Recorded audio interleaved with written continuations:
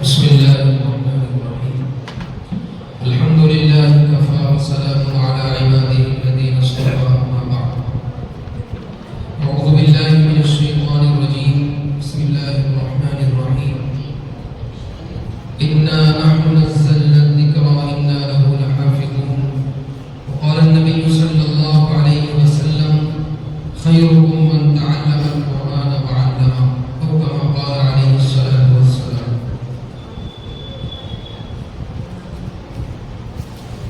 انتہائی قابل قدر ذی علم ذی استعداد فخر مفاخر علماء دین علماء کرام اور اسٹیج پر موجود تمام ائمہ کرام، عزیز طلباء اور اس علاقے کے تمام ذمہ داران، دانشوران حضرات، ہم سب جانتے ہیں، اس وقت ہمیں معلوم ہے کہ ہم کس جگہ بیٹھے ہوئے ہیں اور یہ مجلس کس مقصد کے لیے منعقد ہوئی ہے۔ اللہ کا گھر ہے، اللہ کے قرآن کی تکمیل ہوئی ہے، اس کی نسبت پر ہم سب یہاں جمع ہوئے ہیں۔ یہ ہمارے اور آپ کے لیے بہت بڑی سعادت اور خوشی کی بات ہے کہ اللہ تعالیٰ نے آج ہمیں اس مبارک قرآن کریم کی تحفیظ کی مجلس میں جمع ہونے کی توفیق عطا فرمائی۔ اس پر ہم اللہ کا جتنا بھی شکر ادا کریں۔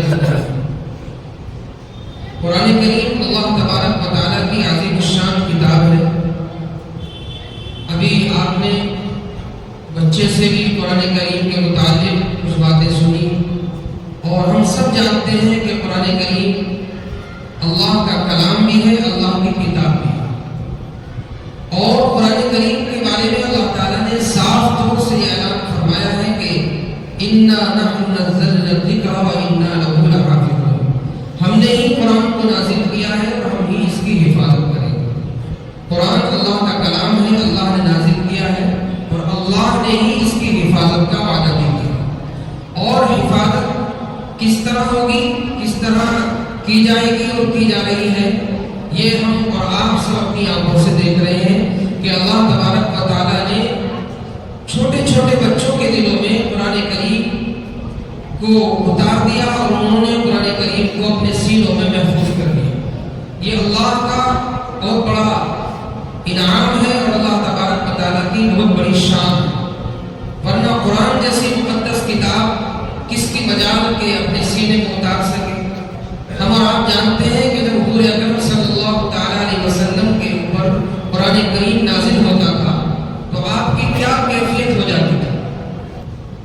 حدیث شریف سے معلوم ہوتا ہے کہ آپ سخت سردی کے موسم میں پسینہ پسینہ ہو جاتے تھے اور آپ اپنے اوپر اتنا بوجھ اور اتنا دباؤ محسوس کرتے تھے کہ ام المؤمنین حضرت عائشہ رضی اللہ تعالیٰ عنہ نے ایک موقع پر فرمایا کہ جب کبھی حضور اکرم صلی اللہ علیہ وسلم میرے گھر میں ہوتے اور آپ کا سر مبارک میری گود میں رکھا ہوا ہوتا اور اس وقت قرآن کریم اتر جاتا، اللہ کی طرف سے جبرائیل امین قرآن کریم کی کوئی آیت کوئی سورت لے کر آتے اور آپ صلی اللہ علیہ وسلم کا سر مبارک میری گود میں رکھا ہوا ہوتا تو مجھے ایسا محسوس ہوتا جیسے میری جان چلی جائے۔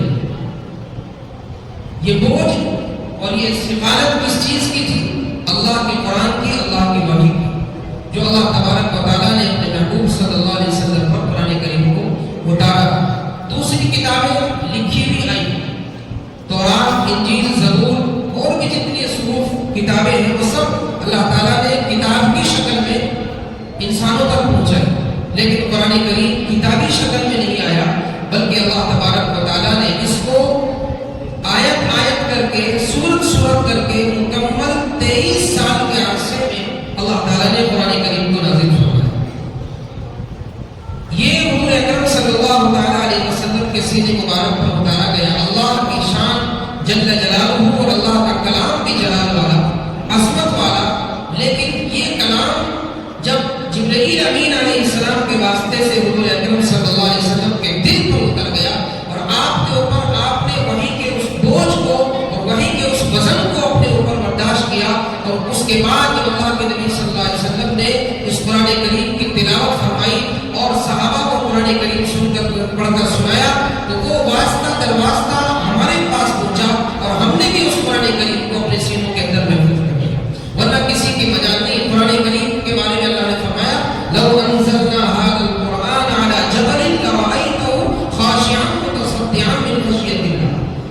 جب اس قرآن کو پہاڑ پر نازل کر دیتے تو آپ دیکھتے کہ وہ قرآن اللہ، وہ پہاڑ اللہ کی اس وحی کے بوجھ کی وجہ سے لرز جاتا اور پھٹ جاتا۔ یہ قرآن کریم کی عظمت و شان تھی، لیکن اللہ نے اپنے اس کلام کو اپنے محبوب صلی اللہ علیہ وسلم کے دل پر اتار دیا، اور آپ نے اس کلام کے بوجھ کو اپنے اندر محسوس کر کے اور اس کی تمام جلالت کو اپنے اندر محسوس کر کے امت کے سامنے پیش کیا۔ اور آپ یہ جلالی کلام جب جمالی زمانے نبوت صلی اللہ علیہ وسلم سے ظاہر ہوا اور آپ نے صحابہ کو سنایا، ہم نے بھی اس کو پڑھا، ورنہ کسی کی کیا مجال کہ قرآن کریم کی تلاوت کر سکے۔ اللہ کے فرشتے بھی قرآن کریم کی تلاوت کرنے کا حق ادا نہیں کرتے۔ کچھ فرشتے ہیں جن کے بارے میں آتا ہے کہ وہ قرآن پڑھ سکتے ہیں، ورنہ اکثر فرشتوں کی تعداد وہ ہے جن کو قرآن کریم پڑھنے کی ان کو اللہ تعالیٰ نے طاقت اور ہمت ہی نہیں عطا کی، قرآن پڑھ ہی نہیں سکتے۔ یہ تو ہمارا اور آپ کا اللہ تبارک و تعالیٰ نے ہمارے اوپر احسان فرمایا کہ ہم قرآن کریم پڑھتے ہیں۔ تو اللہ نے قرآن کی حفاظت کا ذمہ لیا، اور اس کی حفاظت کا جو ذریعہ آج ہم اپنی آنکھوں سے دیکھ رہے ہیں وہ یہ ہے کہ قرآن کریم چھوٹے چھوٹے بچے 10 سال کے 12 سال کے بچے قرآن کریم کے حافظ ہو جاتے ہیں، اور آج سے نہیں، یہ سلسلہ 1400 سال سے لے کر آج تک یہ اسی طرح چلتا چلا رہا ہے۔ مدارس میں قرآن کریم کے حفاظ تیار ہوتے ہیں، وہ آگے بڑھتے ہیں، وہ اور نسل تیار کرتے ہیں، اور آگے چلتے ہیں، وہ آگے اور نسلیں قرآن کریم کی تیار کرتے ہیں۔ تو یہ اللہ نے قرآن کو نازل فرمایا، اس کی حفاظت کی، اور اللہ نے اس پر ہمیں شکر ادا کرنا چاہیے کہ اللہ نے اپنے اس قرآن کی حفاظت کا ذریعہ اللہ تعالیٰ نے ہمیں اور آپ کو بنا لیا کہ ہمیں قرآن کریم کا حافظ بنا۔ ہم قرآن کریم کے حافظ ہو گئے۔ اب انشاءاللہ آگے ہم اگلی نسلوں کو پڑھائیں گے، وہ آنے والی نسلیں اور آگے نسلوں کو پڑھائیں گی، اور یہ سلسلہ اسی طرح چلتا رہے گا۔ یہ اللہ کا بہت بڑا احسان ہے ہمارے اوپر، اور ہمیں اس کی قدر کرنی چاہیے۔ قرآن کریم اللہ کے نبی صلی اللہ علیہ وسلم کا معجزہ ہے، اور اتنا بڑا معجزہ ہے کہ اس سے بڑا معجزہ کائنات کے اندر کوئی نہیں۔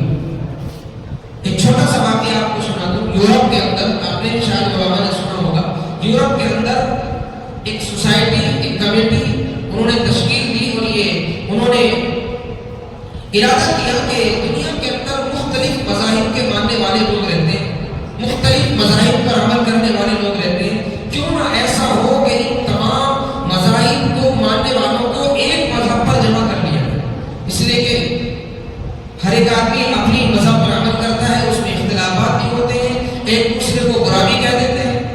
کیوں نہ ایسا ہو کہ ہم سب کو، جتنے بھی انسان مذہب کے ماننے والے دنیا کے اندر ہیں، ان کو ایک مذہب پر جمع کر لیا جائے تاکہ اختلاف ختم ہو جائے۔ جوڑا گیا یہودی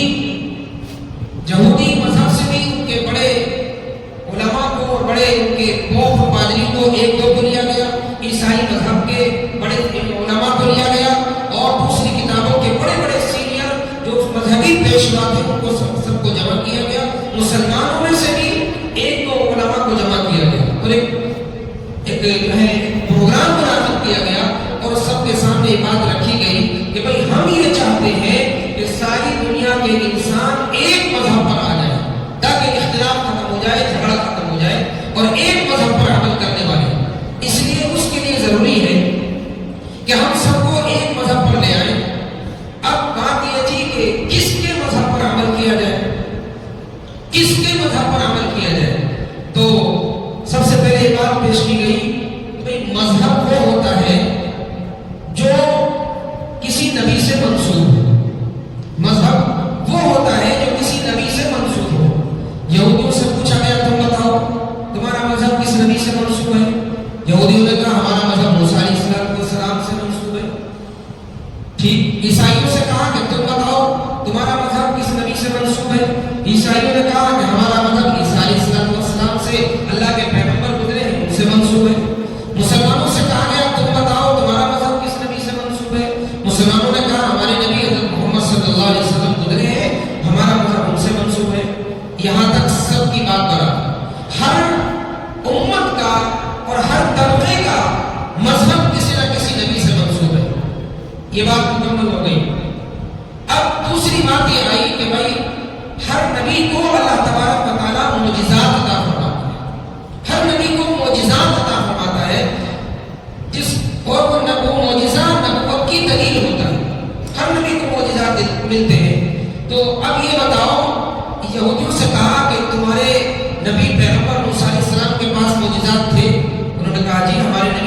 موسیٰ علیہ السلام کے پاس معجزات تھے. وہ ان کے پاس ایک ڈنڈا تھا, اس کو ڈال دیا کرتے تھے تو وہ سانپ اور اژدہا بن جاتا تھا. بغل میں ہاتھ ڈال کر نکالتے تھے تو وہ سفید ظاہر ہو جاتا تھا. موسیٰ علیہ السلام کے پاس معجزات تھے. عیسائیوں سے کہا کہ تم بتاؤ. انہوں نے کہا ہمارے نبی عیسیٰ علیہ السلام کے پاس بھی معجزات تھے. وہ مادرزاد اندھوں کو بینا کر دیا کرتے تھے, کوڑ کے مرض والوں پر ہاتھ پھیرتے تھے, وہ شفایاب ہو جاتا تھا, صحت ہو جاتی تھی. وہ بھی اپنا دعویٰ اپنے نبی کے معجزات پیش کر رہے. مسلمانوں سے کہا کہ تم بتاؤ. مسلمانوں نے کہا ہمارے نبی علیہ السلام کو بھی اللہ تعالیٰ نے معجزات عطا فرمائے, ان کے پاس بھی معجزات تھے. قرآن کریم ان کا بہت بڑا معجزہ ہے. یہاں بھی تینوں بات, تینوں برادریاں اور تینوں مذہب برابر ہیں. ہر نبی, ہر امت کا مذہب کسی نبی سے منسوب ہے اور ہر مذہب کے پیشوا کے پاس معجزات ہیں. موسیٰ علیہ السلام کے پاس, عیسیٰ علیہ السلام کے پاس اور ہمارے وراثت میں نبی حضرت محمد صلی اللہ علیہ وسلم کے پاس ہی معجزات ہیں. اب بات یہ آئی کہ تینوں کی بات ٹھیک ہے, اب فیصلہ کس بات پر؟ فیصلہ نتیجہ یہ نکلا کہ اچھا یہ بتاؤ کہ جس نبی کو جو معجزات دیے گئے, اگر اس نبی کے ساتھ وہ معجزات بھی ختم ہو گئے تو سمجھ لو اس نبی کا دور ختم ہو گیا. یہ بات یہ آئی کہ یہ کس نبی کا دور ہے. کیا اس تنظیم نے کہا کہ یہ کس نبی کا دور ہے؟ عیسائیوں نے کہا کہ موسیٰ علیہ السلام کا دور ہے. عیسائیوں نے کہا عیسیٰ علیہ السلام کا دور ہے. مسلمانوں نے کہا موسیٰ علیہ السلام کا دور ہے. اس کمیٹی نے کہا کہ بات دلیل سے ہوگی. آپ یہ بتائیے کہ تمہارے نبی کے پاس جو معجزات تھے, آج ان میں سے کوئی تمہارے نبی کا معجزہ موجود ہے؟ یہودیوں سے کہا تم بتاؤ تمہارے نبی موسیٰ علیہ السلام کے معجزات جو تمہیں دیے گئے ان میں سے کوئی معجزہ آج موجود ہے؟ یہودی خاموش, نہیں بولے. عیسائیوں سے کہا تم بتاؤ تمہارے نبی حضرت عیسیٰ علیہ السلام کو معجزات دیے گئے ان میں سے آج کوئی معجزہ موجود ہے؟ عیسائی بھی خاموش ہو گئے. آخر میں مسلمان کے رہنما اس سے کہا, پیشوا سے کہا تم بتاؤ کیا تمہارے نبی کا کوئی معجزہ آج اس دنیا کے اندر موجود ہے؟ مسلمان اٹھا اور قریب میں مسجد تھی, مدرسہ تھا یا جہاں بھی, یہ قرآن کریم کا اس کو اٹھا کر لایا اور کہا کہ ہاں یہ معجزہ آج بھی ہمارے نبی کا موجود ہے. کل بھی معجزہ تھا, آج بھی معجزہ ہے. کل بھی یہ زندگی بدلتا تھا, آج بھی زندگی بدلتا ہے. کل بھی اس نے انقلاب برپا کیا تھا اور آج بھی اس نے انقلاب برپا کیا ہے. کل بھی اس کے سینکڑوں حافظ تھے, آج بھی اس کے ہزاروں حافظ ہیں. کل بھی اس کے سینکڑوں عالم تھے, آج بھی اس کے لاکھوں عالم ہیں. کل بھی اس کے لاکھوں علم کے جاننے والے تھے اور آج بھی کروڑوں قرآن کریم کے جاننے والے ہیں. یہ وہ معجزہ ہے جو ہمارے نبی کا آج بھی موجود ہے. تو اللہ تبارک و تعالیٰ نے ہمیں اور آپ کو اللہ کے نبی صلی اللہ علیہ وسلم کے اس معجزے کے زندہ رکھنے کا ذریعہ اللہ نے ہمیں اور آپ کو بنایا ہوا ہے. اس لیے جن کے سینوں میں قرآن کریم موجود ہے, جو قرآن کریم پڑھتے ہیں, وہ اپنے آپ کو کبھی بھی حقیر نہ سمجھیں, کبھی بھی حقیر نہیں سمجھنا چاہیے. اللہ کے نبی صلی اللہ علیہ وسلم نے صاف طور سے کہا خیرکم من تعلم القرآن وعلمہ, تم میں سب سے بہتر وہ ہے جو قرآن کو سیکھے اور سکھائے. اور خیر بمانا اخیر ہے, بمانا اخیر, سب سے بہتر وہ ہے جو قرآن کریم کو سیکھے اور سکھائے. تو یہ مدارس اسلامیہ قرآن کریم کو سیکھنے اور سکھانے کے مراکز ہیں اور قرآن کریم کا سکھایا جاتا ہے. بچے حافظ قرآن بن جاتے ہیں, یہ اللہ کا بہت بڑا انعام ہے. لیکن ایک بات میں حافظ قرآن بچوں کے والدین سے یہ کہنا چاہتا ہوں, میں اس کو اکثر کہتا ہوں اور مجھے اس بات کا بڑا دکھ ہوتا ہے بعض موقع پر کہ بچے حفظ کرنے کے بعد مدرسے کی زندگی جب تک پڑھیں, قرآن کریم حفظ کیا تو ٹھیک رہے, بعد میں جیسے ہی انہوں نے مدرسے سے قرآن کریم مکمل کیا, گھر میں چلے گئے تو اپنی زندگی کو بدل لیتے ہیں. اور بعض بچے ایسے ہوتے ہیں کہ پڑھتے پڑھتے ہی قرآن کریم پڑھائی چھوڑ دیتے ہیں. اس کی کیا وجہ ہے؟ اس کی ایک وجہ جو میں سمجھتا ہوں یہ ہے کہ ہم اور آپ اپنے بچوں کو تو پڑھاتے ہیں, قرآن کی ہماری ہر ایک کی خواہش ہوتی ہے کہ ہم اپنے بچوں کو قرآن پڑھائیں, عالم بنائیں, لیکن ہم اپنی زندگی کو بدلنا نہیں چاہتے. ماں باپ کی ذمہ داری بھی ہے کہ جب ہم بچوں کو پڑھا رہے ہیں تو اپنے آپ کو بھی ہمیں بدلنا پڑے. ایسا نہیں کہ ہم یہ سوچ کر بیٹھ جائیں کہ بچہ حافظ بنے گا, عالم بن جائے گا اور ہم اپنی بے راہی کی زندگی پر چلتے رہیں. ایسا بہت مشکل سے ہوتا ہے. یہ گھر کا ماحول دیندار ہو اور بچہ حافظ